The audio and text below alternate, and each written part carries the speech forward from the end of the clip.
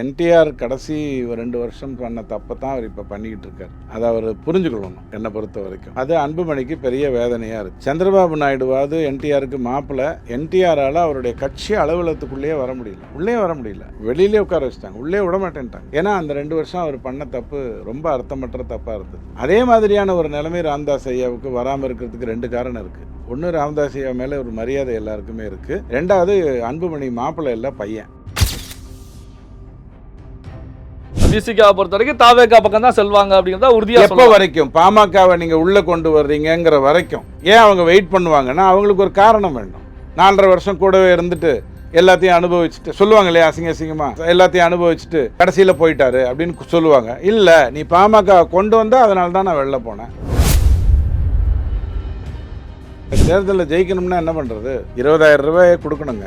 20% பேரை பூத் ஸ்லிப்லேருந்து எடுக்கணும். திமுக அதிமுகவில் இருக்கிறவங்கள விடுத்து நடுநிலையாக இருக்கிற 20% தேடணும். அந்த வேலையை பண்ணி முடிச்சுட்டாங்க, ஏறத்தாழ பண்ணி முடிச்சுட்டாங்க. இப்போ அவன் வெறும் பணம் கொடுத்துட்டா வந்துடுவானா? எப்போ பணம் கொடுப்பீங்க? தேர்தலுக்கு 15 நாளைக்கு முன்னாடிலேருந்து கொடுக்க ஆரம்பிப்பீங்க. அது வரைக்கும் அவன் என்ன பண்ணுறது? அவன் வீட்டுக்கு ஆள் அனுப்பிச்சு அவன் ஜிபே நம்பர் கரெக்டாக வாங்கி வந்து கொடுக்கணும்ல. ஏன்னா நீங்கள் அனுப்புகிற ஆள் சுட்டுட்டான்னு வச்சுக்கோங்க. நீங்கள் 20,000 கொடுக்குறேன்னு சொல்கிற ஆள் நீ தான் 2 பேர் 50,000 கோடி 30,000 கோடி வருஷத்துக்கு அடிக்கிறீங்க, நான் இந்த 20,000 அடிக்கக்கூடாதான்னு ஒரு ஆளும் ஒரு 40 பேரோட 20,000 சுட்டான்னு வச்சுக்கோங்க. என்ன பண்ணுறது? நம்பிக்கை இல்லைல்ல, எல்லாம் திருட்டு கோஷ்டி தானே. அப்போ என்ன பண்ணுறாரு? வீட்டுக்கு நேராக பிஜேபியோட டார்கெட். ஒரு பக்கம் மோடி அமித்ஷா வர்றது, இன்னொரு பக்கம் அண்ணாமலை பெரிய அளவில் இறங்கி பேசுறது. இது பிஜேபியை இன்னும் நிறைய பேர்கிட்ட கொண்டு போய் சேர்க்கும். ரொம்ப தெளிவாக நேர்மையாக பண்ணுறாங்க. உங்கள் வீட்டுக்கு வர்றேன், ஜிபே நம்பர் கொடுங்க, அப்பப்போ 1000மோ 2000மோ கேட்டால் கொடுக்குறேன் அப்படின்லாம் விலைக்கு வாங்காமல் நேர்மையாக மக்களை சந்தித்து வாங்க போகிறாங்க. பிஜேபிங்கிறது ஆணிவேருக்குள்ளே போய் நீராக உள்ள பூந்து இருக்கக்கூடிய ஒரு விஷயம். இந்த மாதிரி நகை முரண்களெல்லாம் கூப்பிட்டு வந்து காட்டுற ஒரு கட்சி அல்ல பிஜேபி. ஸோ பிஜேபி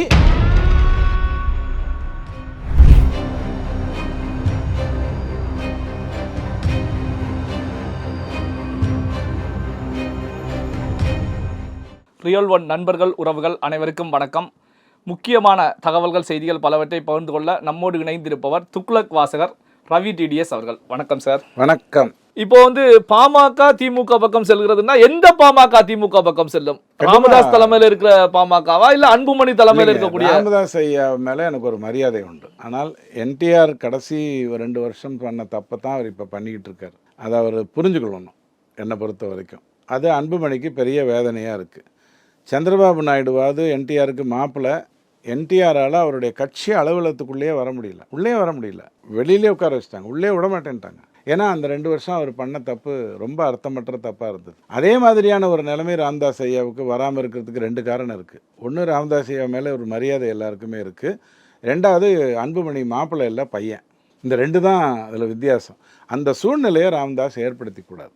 அவர் திமுக கூட போய் கூட்டணி வச்சுட்டு ஒரு 23 சீட்டு வாங்கலாம். பாமக இருக்கிறவங்களுக்கு ஜாலியாகிடும். இப்போ 46 சீட்டு கிடைக்கும். அன்புமணி மூலமாக ஒரு 23 சீட்டு, இது மூலமாக ஒரு 23 சீட்டு. தேர்தல் ரிசல்ட் வரும்போது என்ன பயன் இருக்கும்? இல்லை, ஒன்றுபட்ட பாமக அப்படின்னா நீங்கள் சொல்வது போல் 23 ஒன்றுபட்ட பாமக தான் இருக்குங்க. அன்புமணி கிட்ட தான் 99% இருக்காங்க. ராமதாஸ் ஐயா தன்னுடைய உயர் நிலையிலிருந்து என் கூட இருக்கிறவங்களுக்கு தான் எம்எல்ஏ சீட்டுங்கிற ஒரு வார்த்தையை பயன்படுத்துகிறார். இதை விட தங்கிட்ட யாரும் இல்லை, எதையாவது கொடுத்தா தான் வருவாங்கன்னு ஒரு ஒப்புதல் வாக்குமூலத்தை அவ்வளோ சீனியர் தலைவர், இந்தியாவில் சீனியரான தலைவர், இப்போ அவர் தான் வயது முதிர்ந்த ஒரு தலைவர், அவர் சொன்னதே ஆச்சரியமாக இருக்குது. அன்புமணி பக்கத்தில் தான் எல்லாரும் இருக்காங்க, அதில் ஒன்றும் மாற்று கருத்து இல்லை. வன்னியர் சங்கம் ராமதாஸ் பின்னணியில் இருக்கிறாங்களா? வன்னியர் சங்கத்தை பொறுத்த வரைக்கும் ராமதாஸ் கூட இருப்பதாக சொல்லப்படும். திமுகலேருந்து நிறைய அல்லக்கைகள் எல்லா இடத்துக்கும் போவாங்க, முடிஞ்ச அளவுக்கு அங்கே குழப்பங்களை ஏற்படுத்திட்டு வருவாங்க. அதுக்கான பண வசதி மற்ற வசதிகள்லாம் அவர்களிடம் கொடுக்கப்படும். இவ்வளவு தான் எல்லா இடத்துலையும் நடக்கும். இதை மீறி ஒருத்தன் ஜெயிக்கிறதுங்கிறது எம்ஜிஆர் மாதிரி ஒரு கெத்து இருக்கணும், ஜெயலலிதா அம்மா மாதிரி ஒரு தெளிவான ஒரு கெத்து ப்ளஸ் அறிவு ப்ளஸ் நிறையா விஷயங்கள் தைரியம் இருக்கணும். அது எல்லாம் இல்லைன்னா உங்களை ஈஸியாக அடித்து போட்டு முடிச்சு விட்டுருவாங்க. வைகோ மாதிரியான ஒரு தலைவரையே எந்த வாரிசு அரசியலை பேசிட்டு அவர் வெளில வந்தாரோ அத்தனை பேர் செத்து போனாங்க. மாரில் அடிச்சுக்கிட்டு அழுதார். அத்தனை பேர் தற்கொலை பண்ணிட்டதுக்கு மாரில் அடிச்சுக்கிட்டு அழுதார். எங்கே போவேன், சாம்பலெல்லாம் எடுத்து மூஞ்சியில் பூசிக்கிட்டார்.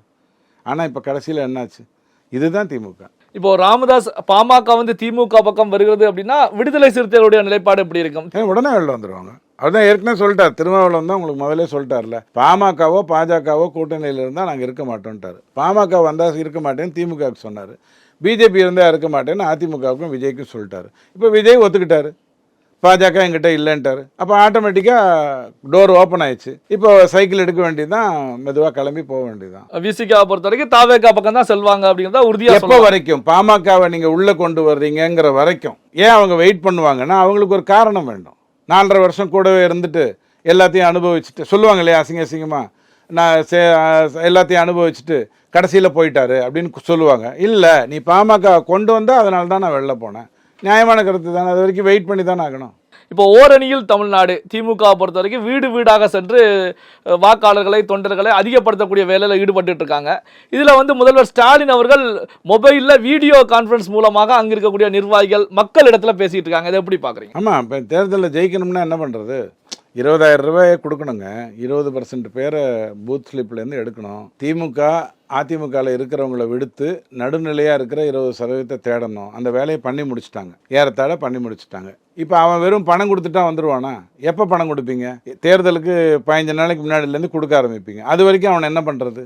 அவன் வீட்டுக்கு ஆள் அனுப்பிச்சு அவன் ஜிபே நம்பர் கரெக்டாக வாங்கி வந்து கொடுக்கணும்ல. ஏன்னா நீங்கள் அனுப்புகிற ஆள் சுட்டுட்டான்னு வச்சுக்கோங்க. நீங்கள் 20,000 கொடுக்குறேன்னு சொல்கிற ஆள் நீ தான் 2 பேர் 50,000 கோடி 30,000 கோடி வருஷத்துக்கு அடிக்கிறீங்க, நான் இந்த 20,000 அடிக்கக்கூடாதான்னு ஒரு ஆளும் ஒரு 40 பேரோட 20,000 சுட்டான்னு வச்சுக்கோங்க. என்ன பண்ணுறது? நம்பிக்கை இல்லைல்ல, எல்லாம் திருட்டு கோஷ்டி தானே. அப்போ என்ன பண்ணுறாரு? வீட்டுக்கு நேராக ஆளை அனுப்பிச்சு டைரெக்டாக ஜிபே நம்பரை வாங்கி அந்த ஜிபே மூலமாக பணத்தை அனுப்பி யார் வேணாலும் அனுப்புவாங்க. காஜா மொஹிதீன் அனுப்புவார், ஜேம்ஸ் அனுப்புவார், ராமசாமி அனுப்புவாங்க.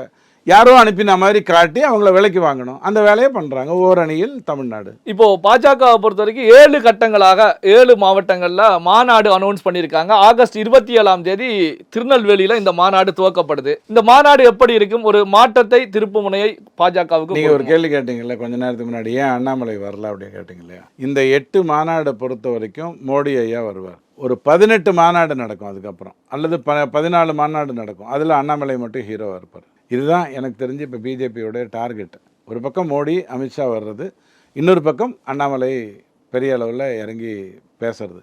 இது பிஜேபியை இன்னும் நிறைய பேர்கிட்ட கொண்டு போய் சேர்க்கும். ரொம்ப தெளிவாக நேர்மையாக பண்ணுறாங்க. உங்கள் வீட்டுக்கு வர்றேன், ஜிபே நம்பர் கொடுங்க, அப்பப்போ 1000மோ 2000மோ கேட்டால் கொடுக்குறேன் அப்படின்லாம் விலைக்கு வாங்காமல் நேர்மையாக மக்களை சந்தித்து வாங்க போகிறாங்க. அப்போ தேர்தல் காலத்தில் அண்ணாமலை முக்கிய பங்கு வகுப்பார் அப்படின்னு எடுத்துக்கலாமா? இல்லைன்னா என்னங்க நியாயம் இருக்குது? 3 வருஷமாக கஷ்டப்பட்டு அந்த பிஜேபியை நல்ல நிலைமை கொண்டு வந்தது அவர் தாங்கிறது எல்லாருக்கும் தெரிஞ்ச விஷயம்தான். இப்போ எதிரிகளுக்கும் தெரிஞ்சிருச்சு. முதல்ல அண்ணாமலை விரட்டிடுவாங்க, தூக்கி போட்டுருவாங்க, அவ்வளோதான். அவர் தனி கட்சி ஆரம்பிப்பார், கொங்கு தேச பாஜகன்னு ஒன்று ஆரம்பிப்பார்லாம் வளரிட்டு இருந்தவங்க இருந்தாங்க.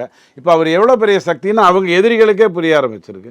அப்போ அவரை வச்சுட்டு பண்ணாமல் யாரை வச்சுட்டு பண்ணணும்? இல்லை, அண்ணாமலை அவர்களிடத்துல கேள்வியை கேட்கும் போதே நான் தனி மனிதன் தான் அப்படிங்கிற கருத்துக்கெல்லாம் முன் வைக்கிறாங்க. நான் தனி மனிதன் தான், எங்க பேச வேண்டிய நேரத்தில் பேசுகிறேன், இப்போ பேச தயாரா இல்லை. பிஜேபியை பற்றி ஒன்று புரிஞ்சுக்கோங்க. இந்து முன்னணி முருகர் மாநாடு நடந்தது இல்லையா? அதில் மேடையில் இருந்த 3 பேர் எனக்கு தெரியும். வேறு யாராவது பேர் உங்களுக்கு தெரியும்னா சொல்லுங்கள்.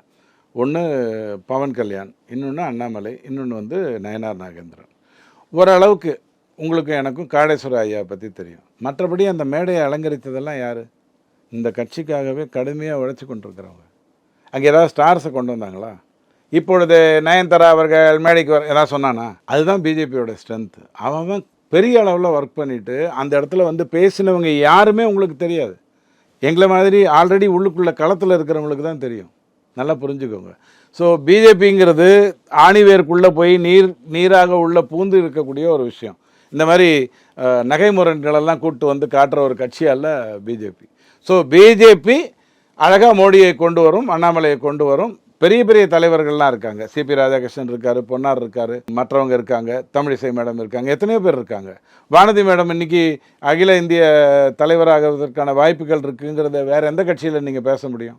ஏதாவது ஒரு கட்சியில் சொல்லி பாருங்கள். வானதி மேடம் மாதிரி ஒரு பர்டிகுலர் மாநிலத்தில் கடுமையாக உழைச்சி ப்ளஸ் உமன்ஸ் ஃபோக் கொடுத்த உடனே அங்கே போய் ஒழுங்காக உழைச்சி ஒரு தேசிய சிந்தனையோடு பேசக்கூடியவங்க தேசிய தலைவராக ஆக முடியும் அப்படிங்கிற ஒரு விதம் வேறு எந்த கட்சியில் உங்களால் சொல்ல முடியும்? அதுதான் பிஜேபி. பல்வேறு முக்கியமான தகவல்கள் செய்திகளை நம்முடைய உறவுகளுடன் பகிர்ந்து கொண்டதற்கு நன்றி சார். நன்றி.